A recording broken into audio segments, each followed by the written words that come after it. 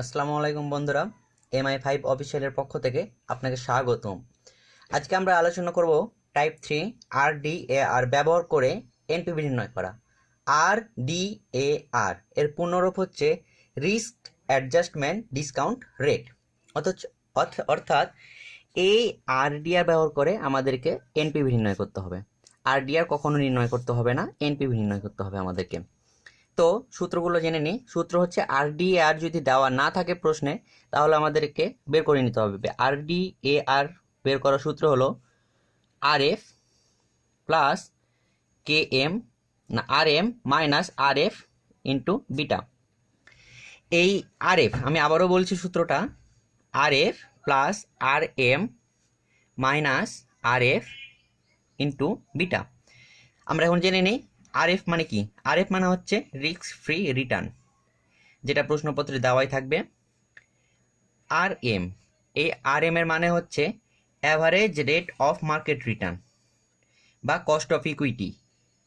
এই দুইটা market return অথবা কস্ট অফ ইকুইটি দেওয়া থাকে। আর RF এর মান তো আমরা বের করলাম এখানে। এবং এই বিটার মান হচ্ছে কোএফিসিয়েন্ট অফ ভ্যারিয়েন্স। এটাও প্রশ্নপত্রে দেওয়া থাকবে, সবগুলো প্রশ্নপত্রে দেওয়া থাকবে। এবং RDAR মানও প্রশ্নপত্রে দেওয়া থাকবে। যদি RADR এর মান প্রশ্নপত্রে দেওয়া না থাকে, তাহলে আমাদেরকে RADR নির্ণয় করে নিতে হবে। আর নির্ণয় করার সূত্র আমরা দেখে নিলাম এইটা। এবং আমাদেরকে এনপিভি নির্ণয় করতে হবে। এনপিভি নির্ণয় করার সূত্র হলো এনপিভি সমান টিপিভি মাইনাস ইনভেস্টমেন্ট। একটি ছকের মাধ্যমে টিপিভি নির্ণয় করতে হয় এবং এই টিপিভি টোটাল পিভি যোগ করে আমরা পাবো টিপিভি, এবং টিপিভি থেকে ইনভেস্টমেন্ট বাদ দিলে আমরা পাবো এনপিভি। এখন আপনাদের মনে প্রশ্ন জাগতে পারে যে PVAF আবার PVIF কখন ব্যবহার করতে হবে। PVIF প্রথমে আমরা আলোচনা করি। PVAF মানে present value of annuity factor, মানে বাৎসরিক যদি মান দেওয়া থাকে তাহলে আমরা PVIF এর সূত্রটি ব্যবহার করব। তখন পিভি নির্ণয়ের সূত্র হবে এইটা, on minus on divided on plus I into না পাওয়ার এন আবার ডিভাইডেড বাই আই মানে ইন্টারেস্ট। এভাবে যদি সমস্ত বছরের একসাথে অ্যানুইটি ফ্যাক্টর দেওয়া থাকে তাহলে আমরা এভাবে বের করব। আর যদি প্রতি বছরে আলাদা আলাদা দেওয়া থাকে ইন্টারেস্ট ফ্যাক্টর, সুদের পরিমাণ আমরা ব্যবহার করতে হবে, বের করতে হবে। সুদের পরিমাণ বের করার সূত্র হচ্ছে one divided by one point r power n. N হচ্ছে বছর, আর হচ্ছে ইন্টারেস্ট বা রেট অফ ইন্টারেস্ট। আমরা দেখিনি PVAF নির্ণয় করতে হবে তখনই যখন এইভাবে প্রশ্নপত্রে দেওয়া থাকবে, বা 1 থেকে 4 বছর, 4 বছরের মানে একসাথে দেওয়া থাকবে। এবং PVIF ব্যবহার করবো তখনই যখন এইরকম ভাবে প্রশ্নপত্রে প্রতি বছরের জন্য আলাদা আলাদা CFAT বা ক্যাশ ফ্লো দেওয়া থাকবে।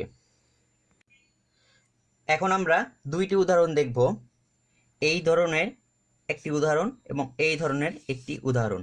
তো চলুন শুরু করা যাক। প্রথমে আমরা পড়ে নিই প্রশ্নে কি বলেছে। প্রশ্নে বলেছে calculate the risk adjustment net present value. বন্ধুরা, আমরা কিভাবে বুঝবো যে এই অঙ্কটি RADR ব্যবহার করে এনপিভি নির্ণয় করতে হবে? যদি প্রশ্নপত্রে উল্লেখ থাকে যে risk adjusted net present value, এই কথাটা যদি উল্লেখ থাকে তাহলে আমরা বুঝে নেব এইটি RADR ব্যবহার করে এনপিভি এর মান নির্ণয় করতে হবে। তাহলে বলেছে কি, calculate the risk adjusted net present value of the following project. 3টা প্রজেক্ট দেওয়া আছে, project A, B, C। Investment দেওয়া আছে 1,90,000, 2,25,000 এবং 2,70,000। প্রজেক্ট লাইফ দেওয়া আছে 4 বছর, 4 বছর, 4 বছর।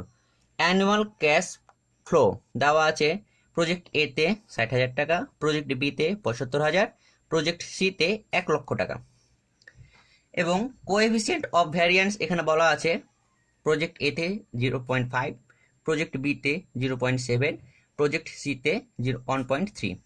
এবং নিচে বলেছে the company সিলেক্টস the risk adjusted rate of discount on the basic of the coefficient of variation with the risk free rate of return risk free, এই যে আমরা দেখে নিই, risk free rate of return 5% and average rate of market return 40%। বন্ধুরা, অনেক সময় প্রশ্নে coefficient of variation এবং RADR এর মান এভাবে দেওয়া থাকবে সুন্দর করে প্রশ্নে। তো প্রশ্নে যদি দেওয়া থাকে তাহলে আমাদেরকে নির্ণয় করতে হবে না, যদি প্রশ্নে দেওয়া না থাকে তাহলে আমরা কিভাবে নির্ণয় করব সেটি দেখে নেব। বন্ধুরা, এখানে বলেছে risk adjusted net present value নির্ণয় করতে বলেছে, আমাদেরকে রিস্ক RDAR ব্যবহার করে NPV নির্ণয় করতে হবে। তো আমরা শুরু করি। প্রথমে বলেছে প্রজেক্ট এর, আমরা শুরু করব। প্রজেক্ট এর কোএফিসিয়েন্ট অফ ভ্যারিয়েশন দেওয়া ছিল 0.5, রিস্ক ইন্ডেক্স ছিল 0.5 এবং মার্কেট রিটার্ন ছিল 0.14। তাহলে আমরা RADR নির্ণয় সূত্র দেখেছিলাম বা একটু আগে আলোচনা করলাম, RF plus RM minus RF into B. এটা বি না, এটা বিটা। এই বিটার মান কোনটা আমরা কিভাবে বুঝবো? এই বিটা মানে হচ্ছে রিস্ক ইন্ডেক্স, এই রিস্ক ইন্ডেক্সটা হচ্ছে বিটার মান, এই যে 0.505। RF এর মান কোনটা? কোএফিসিয়েন্ট অফ ভ্যারিয়েন্স এটা, অথবা লেখা থাকবে risk free return, risk free return, risk free, আমি আবার বলছি রিস্ক ফ্রি রিটার্ন হবে RF এর মান, তাহলে 0.05। RM এটা হচ্ছে মার্কেট রিটার্ন, মার্কেট রিটার্নের পয়েন্ট কত পেয়েছি আমরা? 0.14, এই 14 চলে আসলো এখানে, আর RF এর মান তো আমরা পেয়েছি, তাহলে 0.505 বসে গেল। এইটা থেকে এইটা বিয়োগ দিলে আসে 0.09 গণিত 0.05 গুণ করলাম, 0.05 বসলো। এই 0.09 সাথে 0.05 গুণ করলে হয় 0.045, এই দুইটা মিলে যোগ করলে হবে 0.095, এটাকে 100 দ্বারা গুণ করলে হয় 9.5%, 9.5%। আমরা এখন পিভি বের করব। পিভি কেন বের করব? কারণ পিভি এনপিভি নির্ণয় করতে হলে আমাদেরকে টিপিভি লাগবে, আর টিপিভি নির্ণয় করতে হলে আমাদেরকে পিভি করতে হবে। তো আমরা দেখে নিই, এখানে আমরা ছোট্ট একটি ছক করেছি। এই ছোট্ট ছক করার কারণ হলো, এখানে আপনারা লক্ষ্য করবেন যে বছর একসাথে দেওয়া আছে, 4 বছরের মান একসাথে দেওয়া আছে। 4 বছরের অ্যানুয়াল ক্যাশ ফ্লো দেওয়া আছে 60,000 টাকা। পিভি অ্যানুইটি আমরা একটু আগে আলোচনা করলাম, যদি সমস্ত বছরের মান একসাথে দেওয়া থাকে তাহলে আমাদেরকে PVAF মানে প্রেজেন্ট ভ্যালু অ্যানুয়াল ফ্যাক্টর এইটা বসাতে হবে। আর যদি সারিবদ্ধভাবে থাকে এভাবে 1 2 3 4 এভাবে যদি সাল দেওয়া থাকে তাহলে আমাদেরকে PVIF মানে ইন্টারেস্ট ফ্যাক্টর ব্যবহার বের করতে হবে। তো আমাদেরকে যেহেতু দেওয়া আছে এইভাবে 1.4, তাহলে আমরা বের করব এই সূত্র দ্বারা, পিভি অ্যানুইটি ফ্যাক্টর মানে প্রেজেন্ট ভ্যালু অ্যানুইটি ফ্যাক্টর 9%। আমি এই সূত্রটা বলে দিয়েছি একটু আগেই, আপনারা ভিডিও শুরুতে দেখে নেবেন সূত্রটি কি। তো আমি 9.5% বের করেছি 3.20448 টন, এইটা হচ্ছে পিভির মান। এবং এই অ্যানুয়াল ক্যাশ ফ্লোর সাথে এই পিভি অ্যানুইটি ফ্যাক্টর গুণ করলে আমরা পাবো পিভি বা টিপিভি, এটাই হচ্ছে টিপিভি। তো আমরা এখন এনপিভি বের করি। এনপিভি বের করার সূত্র পেজ আমরা দেখলাম টিপিভি মাইনাস ইনভেস্টমেন্ট। তাহলে আমরা টিপিভি পেয়েছি 1,92,269 এবং ইনভেস্টমেন্ট আমরা দেখেছিলাম একটু আগেই 1,90,000 প্রজেক্ট এ এর জন্য, প্রজেক্ট এর 1,90,000। 1,92,269 থেকে 1,90,000 বাদ দিলে থাকে 2,269। এইটি হচ্ছে প্রজেক্ট এ এর এনপিভি। এভাবে আমরা RADR ব্যবহার করে অথবা রিস্ক অ্যাডজাস্টেড ডিসকাউন্ট রেট ব্যবহার করে এনপিভি নির্ণয় করব। এভাবেই প্রজেক্ট বি এরও বের করে নিই আমরা।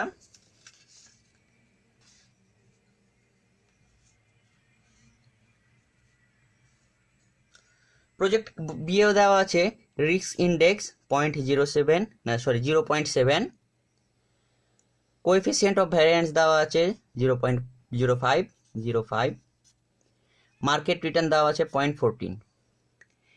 RDAR আমরা এটি নির্ণয় করলাম না, কারণ আমরা একটু আগেই প্রশ্নপত্রে লক্ষ্য করেছিলাম যে RDAR এর মান নির্ণয় করাই আছে, প্রশ্নপত্রে নির্ণয় করাই থাকবে।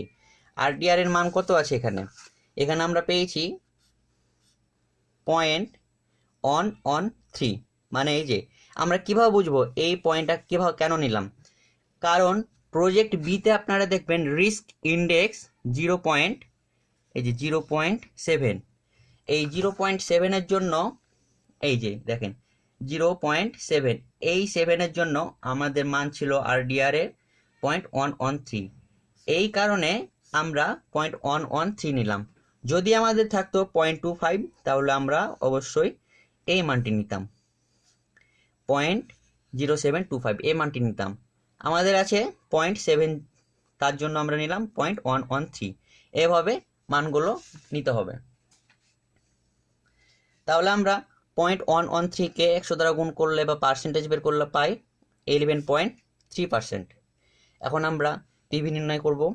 পিভি নির্ণয় করার সূত্র একে বললাম year annual cash flow 75,000, PV annuity factor এই যে 11.3% যে পেয়েছি, এইটার উপরে আমাদেরকে পিভি অ্যানুইটি ফ্যাক্টর বের করতে হবে।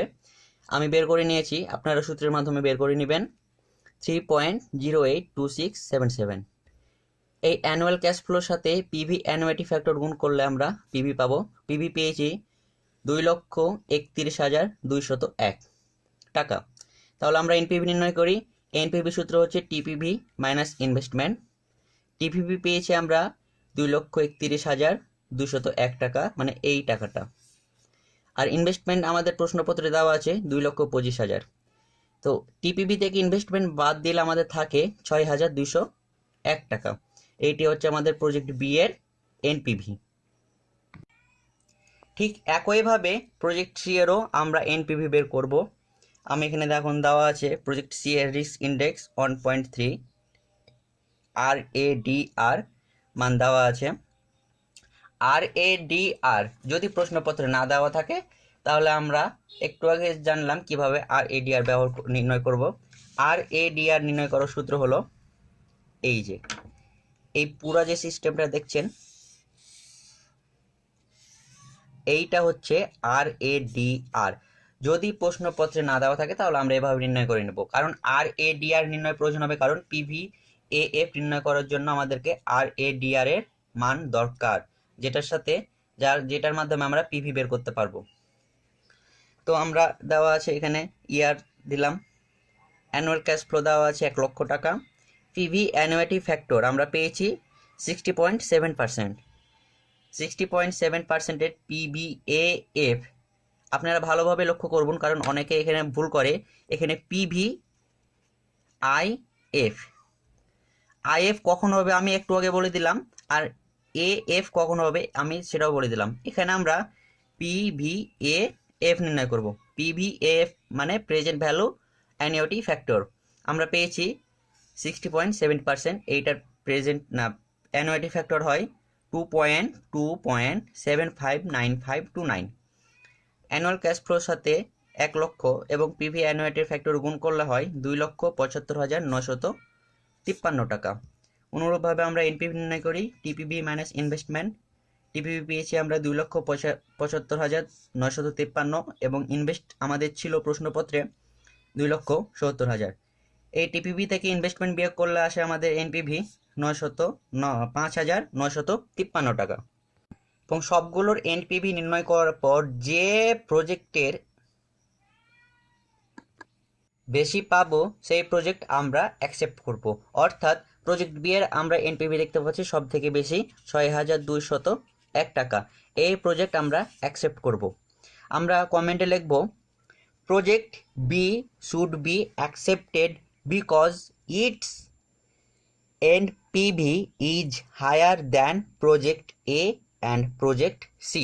তাহলে আমাদের অঙ্ক হয়ে যাবে। আমরা আরেকটি অঙ্ক আলোচনা করব এখন। এই দুই ধরনের অঙ্ক আসে পরীক্ষাতে সাধারণত, এই দুই ধরনের বাইরে আর কোনো অঙ্ক আসে না। এই দুইটা ধরন যদি আপনারা ভালোভাবে শিখে রাখেন তাহলে পরীক্ষাতে উত্তর করা খুব সহজ হয়ে যাবে। তো চলুন আমরা শুরু করে যাক।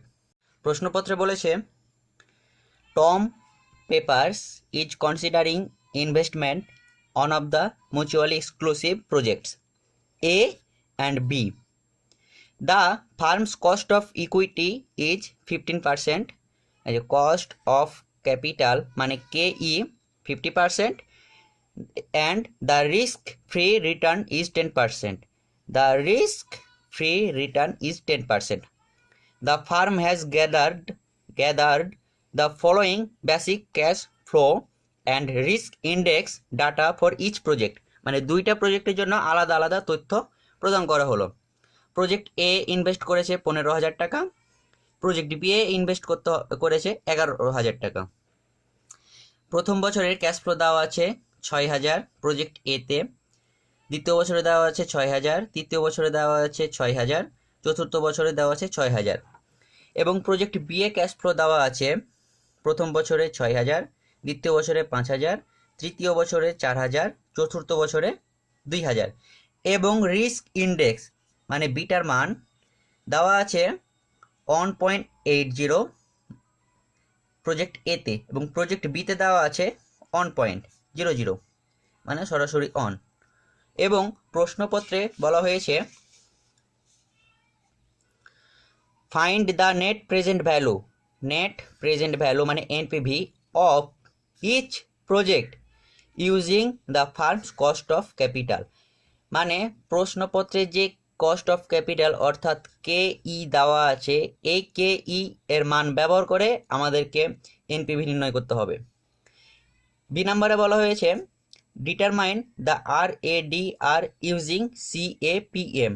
মানে আমরা RADR নির্ণয় করার যে সূত্রটি শিখেছি সেটি CAPM অনুযায়ী, তো আমরা ওই সূত্র দ্বারা RADR নির্ণয় করব। সি নাম্বারে বলেছে use the RDAR for each project to determine its risk adjusted NPV।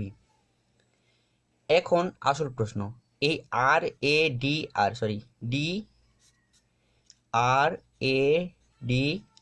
ব্যবহার করে আমাদেরকে এনপিভি নির্ণয় করতে হবে।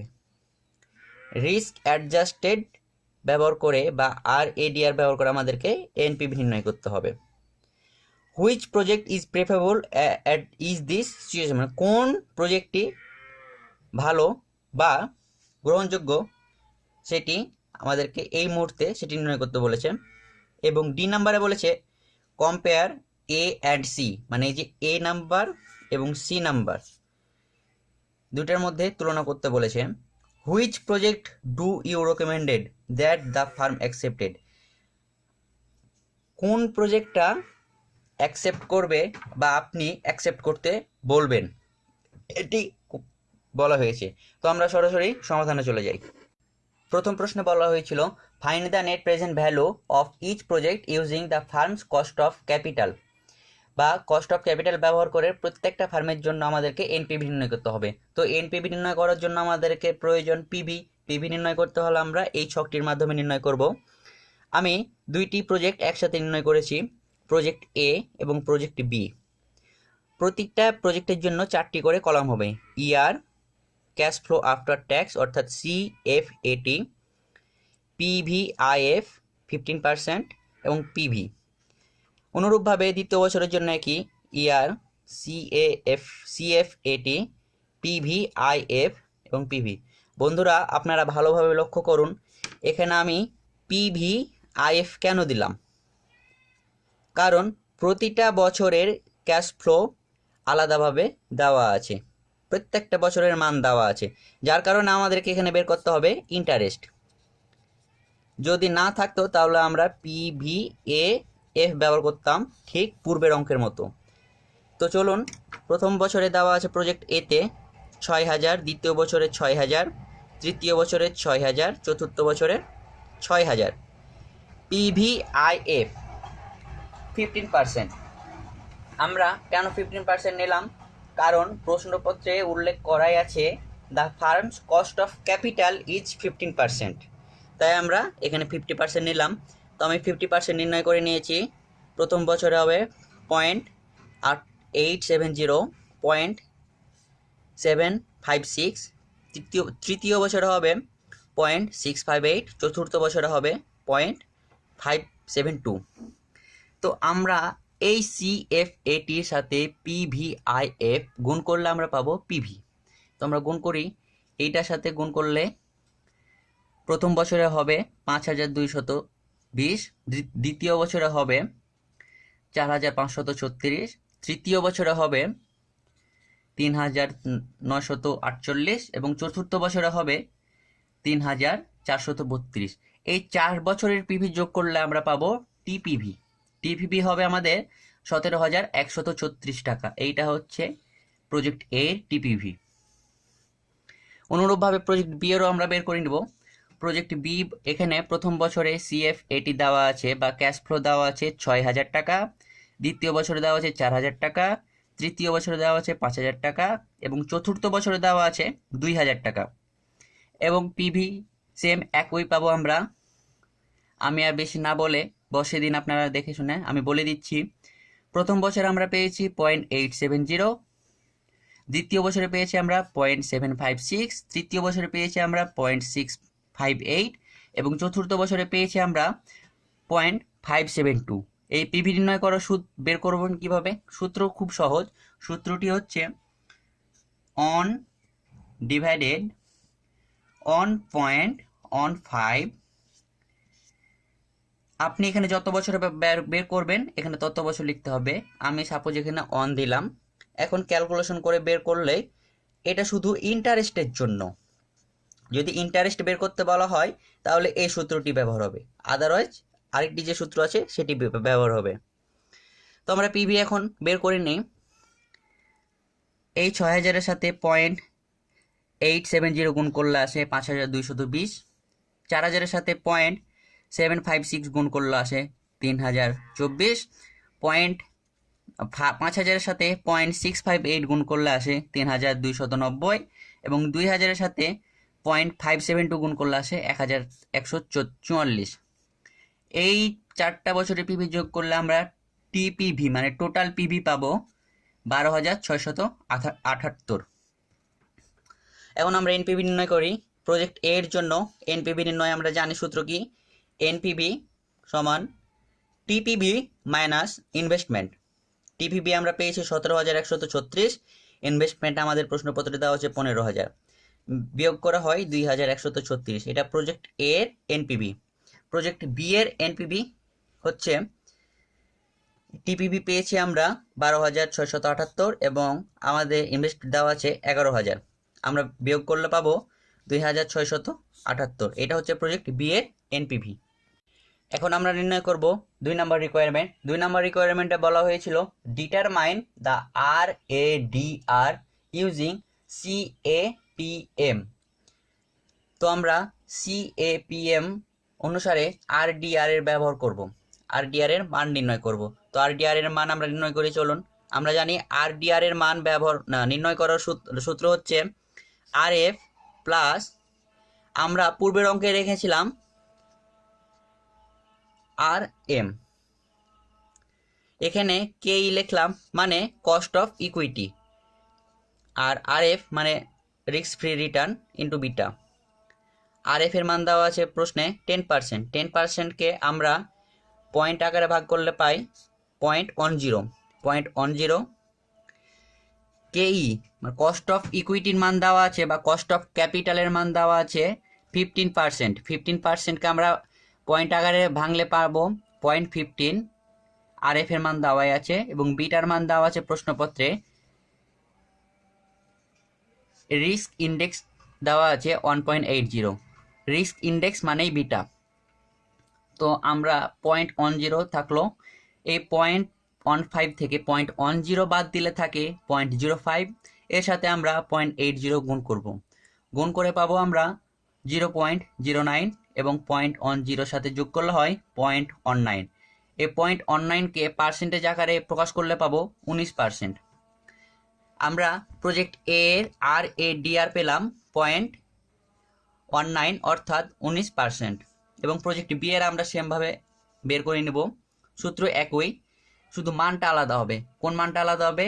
এই যে রিস্ক ইন্ডেক্স অর্থাৎ বিটা বি, এই বি এর মানটা শুধু আলাদা হবে, তাছাড়া সব কিছুই ঠিক থাকবে। আমরা এখানে বি এর মান পেয়েছি অন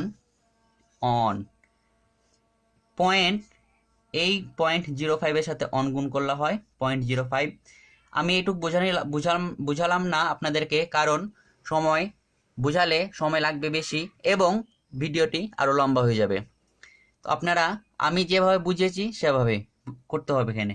তো 0.10 সাথে 0.05 গুণ করলে হয় 0.15, 0.15কে পার্সেন্টেজ আকারে প্রকাশ করলে হয় 15%।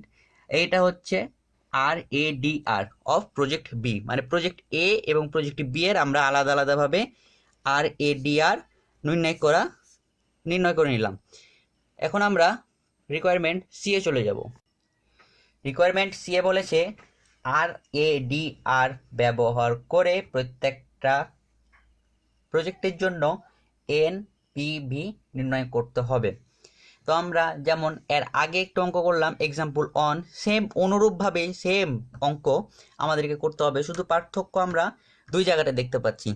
একটা হলো প্রত্যেকটা ইয়ারের মান আলাদাভাবে দেওয়া আছে এবং PVIF এইটা, এই দুইটা শুধু পার্থক্য, তাছাড়া আর কোনো পার্থক্য নাই।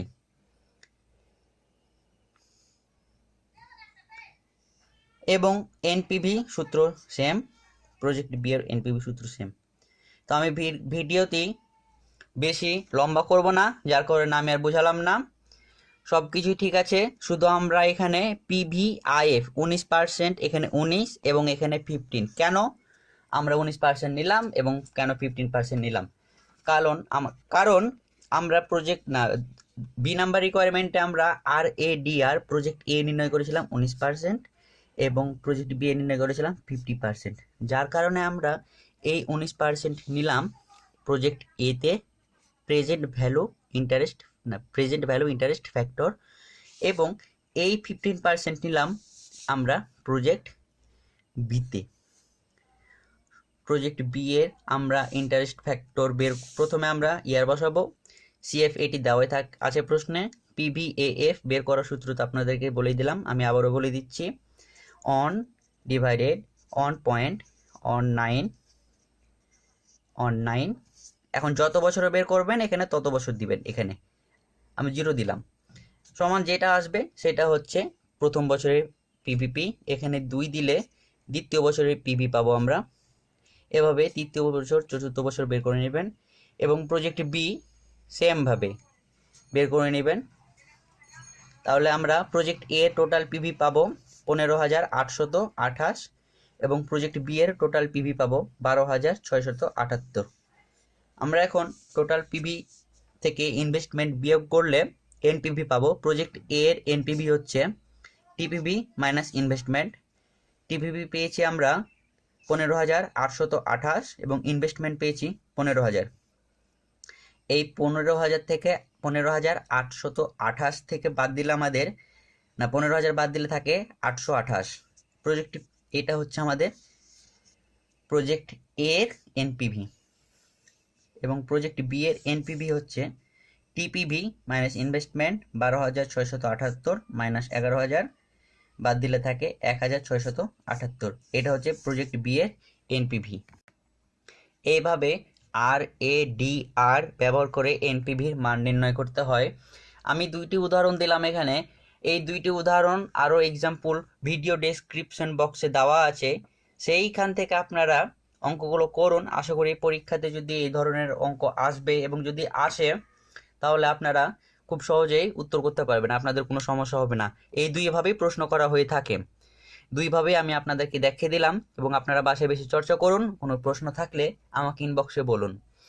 আর আমার চ্যানেলটিকে সাবস্ক্রাইব করবেন, বেল আইকনটিতে প্রেস করে রাখবেন সবার আগে ভিডিও পেতে, এবং আমার সাথেই থাকুন, পড়ালেখা করুন।